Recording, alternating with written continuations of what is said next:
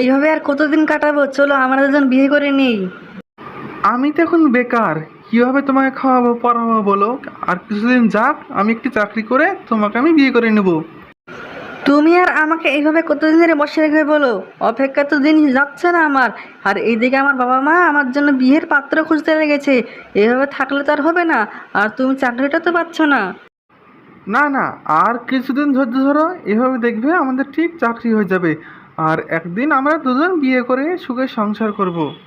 হ্যাঁ, হয়েছে, অনেক হয়েছে। তুমি এখন বাড়ি যাও, তোমার বাবা মাকে বলো তোমার চাকরিটা যেন খুব তাড়াতাড়ি তারা ছেড়ে দিতে পারে।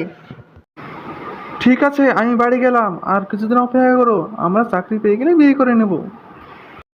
কিরে, তোর এখন আসার সময় হলো বাড়িতে? এতক্ষণ তুই কোথায় ছিলি? সেই সকাল থেকে তো খুঁজে বেড়াচ্ছি।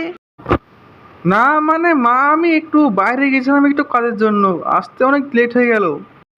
আয় বস, খেয়ে নে। সেই সকাল থেকে না খেয়ে আছিস। এই নে, তোর জন্য আমি একটা ডিমের সুন্দর অমলেট বানিয়ে রেখেছি। এটা খেয়ে তুই ঘুমিয়ে পড়। হ্যাঁ, আমি এটা খেয়ে ঘুমিয়ে পড়ছি, তোমরা এখন ঘুমাতে যাও। আর শোন, খাওয়া শেষ হলে বাল্বটা অফ করে ঘুমিয়ে যাস, ঠিক আছে? ঠিক আছে মা, তুমি ঘুমিয়ে যাও, আমাকে ভোরে উঠতে হবে, একটু সকালবেলায় কাজ আছে, কাজটা আমি সেরে তবে বাড়ি ফিরবো।